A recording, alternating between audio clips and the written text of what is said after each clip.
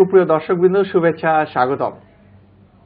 আমাদের আজকের অতিথি কোনো রকম বিশেষণ ছাড়াই বলবো, তিনি শিল্পী কাইয়ুম চৌধুরী। আমরা আনন্দিত, আমরা গর্বিত তাকে অতিথি হিসেবে পেয়েছি। শুরু হচ্ছে শিল্পী কাইয়ুম চৌধুরীকে নিয়ে চলচ্চিত্র বিষয়ক সাপ্তাহিক আয়োজন আমার ছবি। আমার ছবি, চলমান জীবনের ছবি।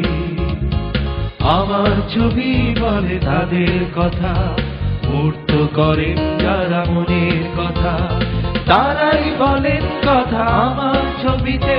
বিনোদিত হই যাদের ভাবনাতে, প্রিয় মুখ, প্রিয় ছবি, তাই নিয়ে আমার ছবি।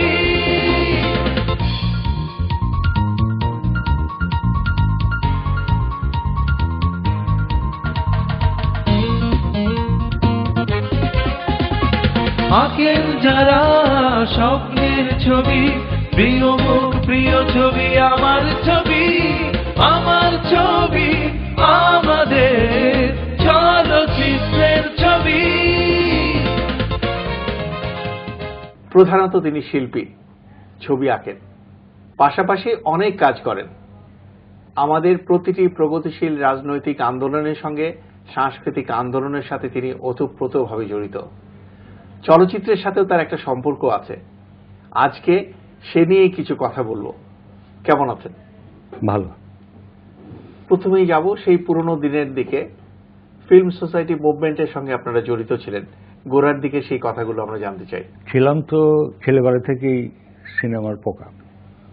তারপরে বই পড়া, গান শোনা, ছবি আঁকা, এই সবগুলো কিন্তু একসঙ্গে ছোটবেলা থেকেই। আমি জীবনের প্রথম সিনেমা দেখি নিউ থিয়েটার্স একটা ছবি, জীবন মরণ, সাইগল লীলা গাছাই এবং বাবার কোলে বসে।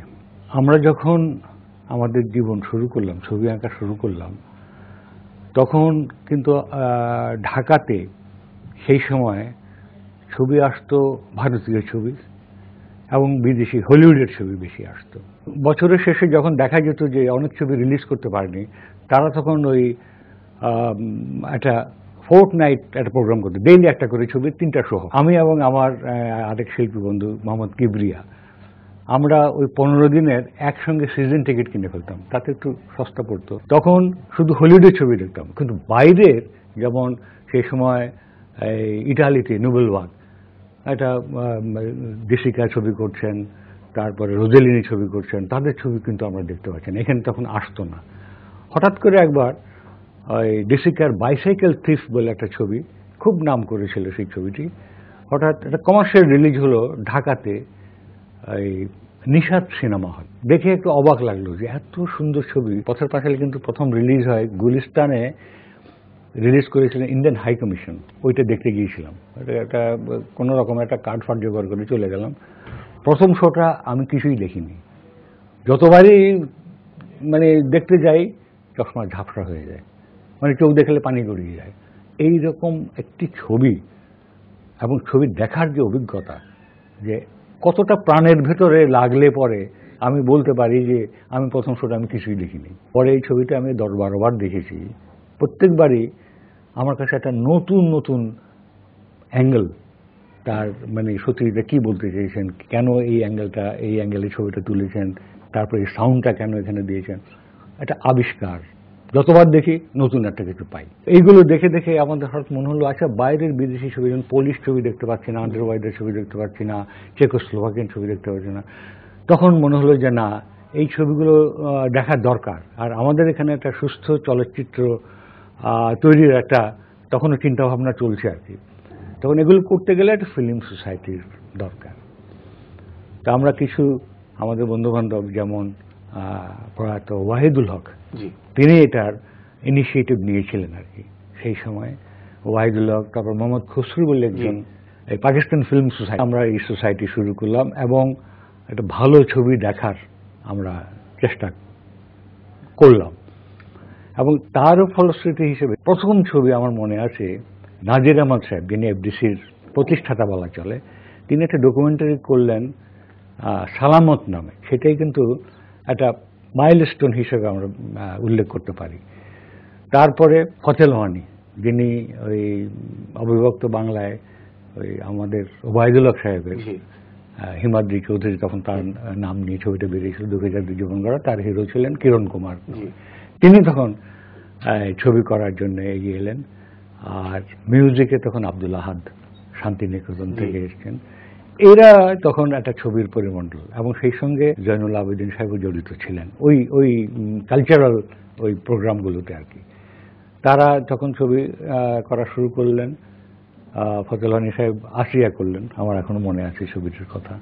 সুমিতা দেবী ফরিদপুর থেকে এলেন, হিরোইন হলেন।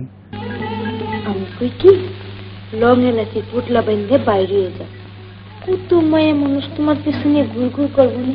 আমরা তখন মনে করতাম যে ছবিগুলো ভালো হচ্ছে না, কিন্তু এখন বর্তমান পরিপ্রেক্ষিতে দেখলে সেই সময়কার ছবি মানে ওই রকম গোল্ডেন পিরিয়ড বাংলাদেশের ছায়াছবিতে আর দেখা যায় না আর কি। আমরা পরপর যেমন ধরেন আসিয়া পেয়েছি, মাটির পাহাড় পেয়েছি, তারপরে শীত বিকেল পেয়েছি, রাজা এলো শহরে, আকাশ আর মাটি, যে নদী মরুপথে, তারপরে জোয়ার এলো, এই যে কারদার জাগোয়া সবেরা করলেন, তারপর দূর হায় সুক্কি গাঁও করলেন।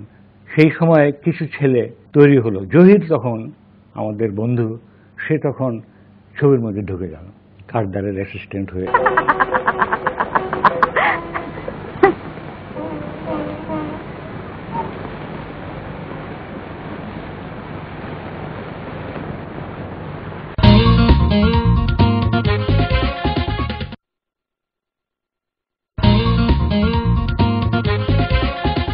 আমরা যতটুকু জানি যে আপনি নিজেও ছবি পরিচালনার সাথে যুক্ত ছিলেন সহকারী পরিচালক হিসেবে, সেই ব্যাপারটি কি করে ঘটলো? ছবির যখন শুটিং হতো, যেমন মাটির পাহাড়, বন্ধু বান্ধবরাই তো শুটিং দেখতে চলে যেতাম, রাত জেগে শুটিং দেখতে চলে যেতাম।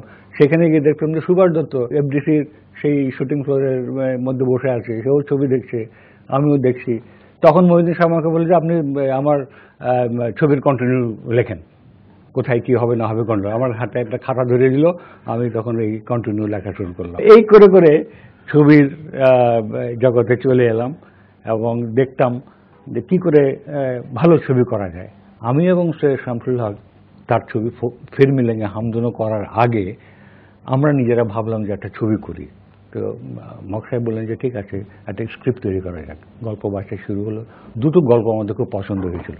একটা হচ্ছে শওকত ওসমান সাহেবের আব্বাস বলে একটি গল্প, আর একটা সৈয়দ ওয়ালিউল্লাহর কেরায়া। ধরনের ছবিতে ফিনান্স করবে কে, টাকা পাবো কোথায়? তো স্ক্রিপ্ট পর্যন্তই সার, আর এগোনো গেল না আর কি। এরপরে হক সাহেব একটা কমার্শিয়াল ছবি উর্দুতে, যাতে পাকিস্তানেও রিলিজ করা যায়, এখানেও চলে, ওই শেক্সপিয়ারের কমেডি অফ এরার্স, তারই অ্যাডাপ্টেশনে এই ফির মিলেঙ্গে হামদোনো করলেন, যেখানে হিরো ছিলেন গোলাম মোস্তফা এবং সুভাষ দত্ত।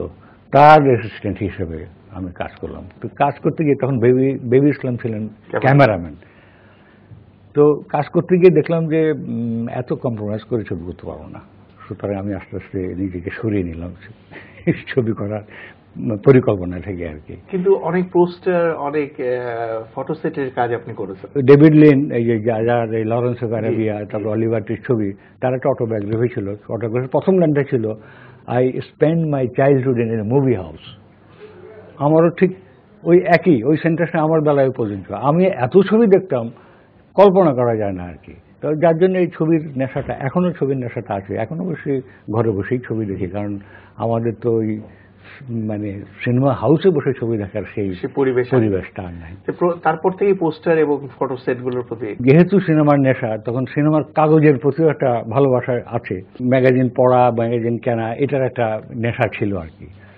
তারপরে যখন এই আমাদের নিজেদের কাগজ, যেমন ফজলুল হকের সিনেমা কাগজ, ফজলুল হকের সিনেমা কাগজের সঙ্গে যখন বগুড়া থেকে ঢাকায় চলে এলো, আমি সিনেমা কাগজের সঙ্গে যুক্ত হয়ে গেলাম।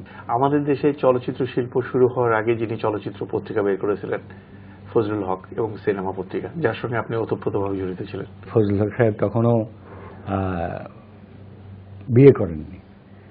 এসি রায় রোড আরবানেটোলায় তার অফিস, আমি যেতাম ওখানে বসে কাজটা যা করতাম। সেই সময় এই লেখা দিতে আসতেন ওই সময় এই আমাদের এখন ফজল হক সাহেবের স্ত্রী রাবেয়া খাতুন, সাগরের মা, হ্যাঁ, তিনি আসতেন, তো লেখা দিতেন, আমরা ছাপতাম। ওইখানে থাকতে থাকতেই প্রেম প্রীতি, তারপর বিবাহ আমার হাতের উপরেই।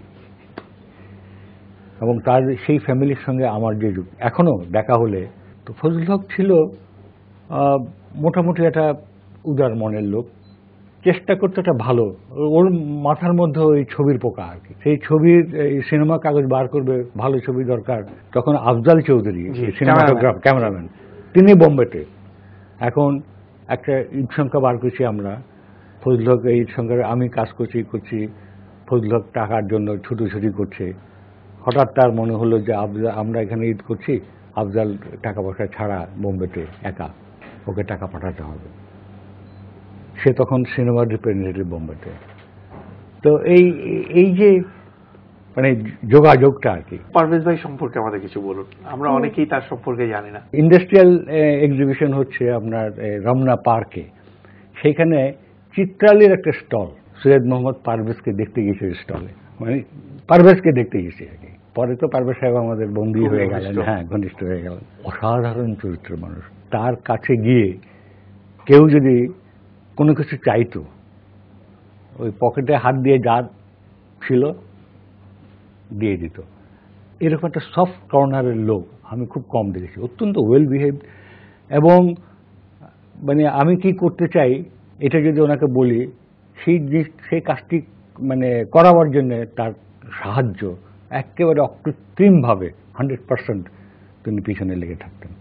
এরপরে তো সচিত্র সন্ধানী, তখন সচিত্র সন্ধানী তো ওই রম্য পত্রিকা, ওই সিনেমার ছবিগুলো ওই কেটে কেটে পত্রিকা সাজাতে হতো আর কি। তো ওই ছবি কাটাকাটির মধ্যে ওই সিনেমার পোস্টার, তারপরে এইগুলোর মাথা ঢুকে, ওইগুলো দেখে তখন এই বাংলা ছবির স্টিল ফটোগ্রাফার ছিলেন খালেক মামা বলতাম আর কি।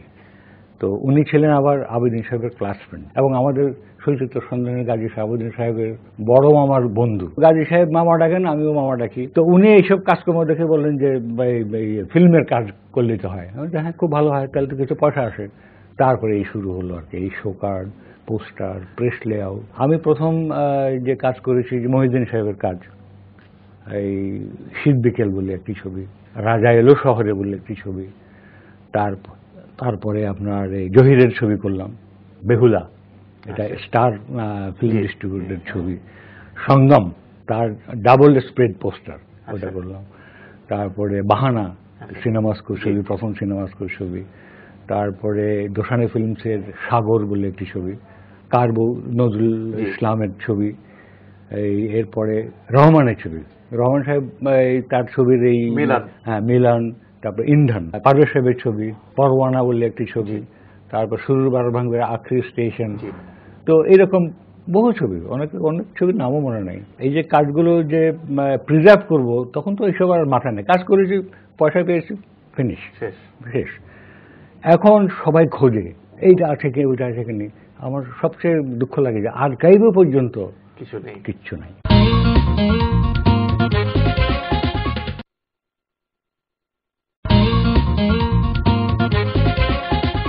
জহির খান সম্পর্কে কিছু বলুন।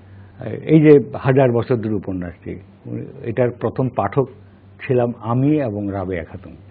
তখন উপন্যাসটির নাম ছিল ধলপহর। এই নামটি পরে 1000 বছর ধরে হয়, এবং এটা সন্ধানের একটা ওই বর্ষ শুরু সংখ্যায় প্রকাশিত হয়, পুরোটা ছাপা হয়। তখন তো ইলাস্ট্রেশন আমি করতাম সব। তারপরে জহিরের এই ছবি, তার প্রেম প্রীতি ভালোবাসা সব কিছুর সঙ্গেই আমরা জড়িয়ে থাকতাম। আমরা আরো কিছু কথা জানতে চাই। বই, সাহিত্য রচনা, যেগুলো পাবলিশার আবার গাজী শাহাবুদ্দিন, সেগুলোর কভার করা, সবকিছু আমি করতাম আর কি। তো এগুলোতে গাজী শাহাবুদ্দিন সাহেবেরও একটা উৎসাহ ছিল, একটা ভালো পড়ার। ওনার তো আবার ব্যবসা বুদ্ধি কম, কিন্তু হি ইজ দ্য পায়োনিয়ার। ভালো বই বার করার পেছনে তার যে মানে নিষ্ঠা। জহির সাহেব যে কথাগুলো বলতেন, চিন্তা ভাবনার কথা কিছু বলুন। দেশটাকে অত্যন্ত ভালোবাসতেন বলেই তার হাত দিয়ে যে উপন্যাস বেরিয়েছে এবং যে ছবি বেরিয়েছে, আপনি এই জীবন থেকে নেয়ার কথাই ভাবুন, অসাধারণ। অসাধারণ ছবি। এবং সেই সময় একটা পলিটিক্যাল একটা মেসেজ, এবং প্রত্যেকটি প্রগতিশীল আন্দোলনে জহির সবসময় অগ্রণী ভূমিকা পালন করেছেন। তো সেই ধরনের ডেডিকেটেড ফিল্ম মেকার, রাইটার এখন খুঁজে পাওয়া খুব দুষ্কর। আমি মনে করি যে তার যে এই কন্ট্রিবিউশন বাংলাদেশের এই সাহিত্যে, সিনেমায়, এটা তো কোনোদিন মুছে যাবে না। অনেকেই হারিয়ে যাবে, কিন্তু জহির থেকে যাবে। আমার ভাইয়ের রক্তে রাঙানো 21শে ফেব্রুয়ারি আমি কি ভুলিতে পারি। আমাদের এক প্রিয় ব্যক্তিত্ব চিত্রালীর সঙ্গে ছিলেন, সচিত্র সন্ধানীর সঙ্গে ছিলেন এটিএম ভাই, আমরা উত্তরদা বলতাম। উনি কাজী শাহাবুদ্দিন সাহেবের ভগ্নিপতি, এবং আমার সঙ্গে ওই চিত্রালীতে থাকতেই আড্ডা দিতাম একসঙ্গে, এবং অত্যন্ত সুকণ্ঠের অধিকারী, খুব ভালো গান গাইতে পারতেন। যদি কোনো প্রযোজক এসে আপনাকে বলেন যে প্রযোজকের প্রতি আপনার আস্থা আছে, যাকে মনে করেন প্রযোজক হওয়ার মতো, এবং তিনি যদি আপনাকে বলেন যে একটি ভালো ছবি তৈরি করার জন্য যে পরিমাণ অর্থের প্রয়োজন আমরা দেব, এবং আপনি কোনো রকম আপোষ না করে একটি ছবি তৈরি করতে পারবেন, আপনি কি সেই প্রস্তাব গ্রহণ করবেন? এই বয়সে নয়, কারণ ছবি তৈরির পেছনে যে পরিমাণ পরিশ্রমটা দিতে হয় সেটা এই শরীরে কুলোবে না। মানে কি বলবো আর, we always sing right song in a wrong time. আমরা পারিনি সেটা। হ্যাঁ, যখন যেটা করার ছিল সেটা সুযোগ হয়নি, করতেও পারিনি। এখন সুযোগ আসে, কিন্তু সেটা গ্রহণ করার মতো ক্ষমতা নাই। কষ্ট করে স্টুডিওতে আসার জন্য, আমাদেরকে সময় দেওয়ার জন্য আপনাকে অনেক অনেক ধন্যবাদ। আমার ছবি অনুষ্ঠানে নতুন করে আবার পুরনো স্মৃতি ফিরে পেলাম, এটাও এক ধরনের আনন্দ। তো এই অনুষ্ঠানটির জন্য ধন্যবাদ। সুপ্রিয় দর্শকবৃন্দ, আমাদের চলচ্চিত্রের অতীত ছিল স্বর্ণোজ্জ্বল। সে সময় চলচ্চিত্রের সাথে সংশ্লিষ্ট ছিলেন শিল্প, সাহিত্য, সংস্কৃতির সব পুরোধা ব্যক্তিত্ব। তাদের মেধা, মনন এবং তাদের একত্রিত চিন্তার ফসল ছিল সেই ছবিগুলো, যেগুলো নিয়ে আজও আমরা কথা বলি, যেগুলো আমাদের ঐতিহ্যের অংশীদার হয়েছে। বর্তমান সময়ে আমাদের চলচ্চিত্রকে আবার যদি সমস্ত মানুষের কাছাকাছি নিতে হয়, প্রয়োজন সবার সমন্বিত চেষ্টা। সেখানে শুধু চলচ্চিত্র সংশ্লিষ্ট ব্যক্তিই নয়, সব ক্ষেত্রের মানুষদের একত্রিত হতে হবে, সব মেধার সম্মিলন ঘটাতে হবে। তাহলেই হয়তো ফিরে পাবো আমাদের সেই পুরনো গৌরব। আমার ছবি চলমান জীবনের ছবি, আমার ছবি বলে তাদের কথা, মূর্ত করেন যারা মনের কথা, তারাই বলেন কথা আমার ছবিতে, বিনোদিত হই যাদের ভাবনাতে। প্রিয় প্রিয় ছবি, তাই নিয়ে আমার ছবি।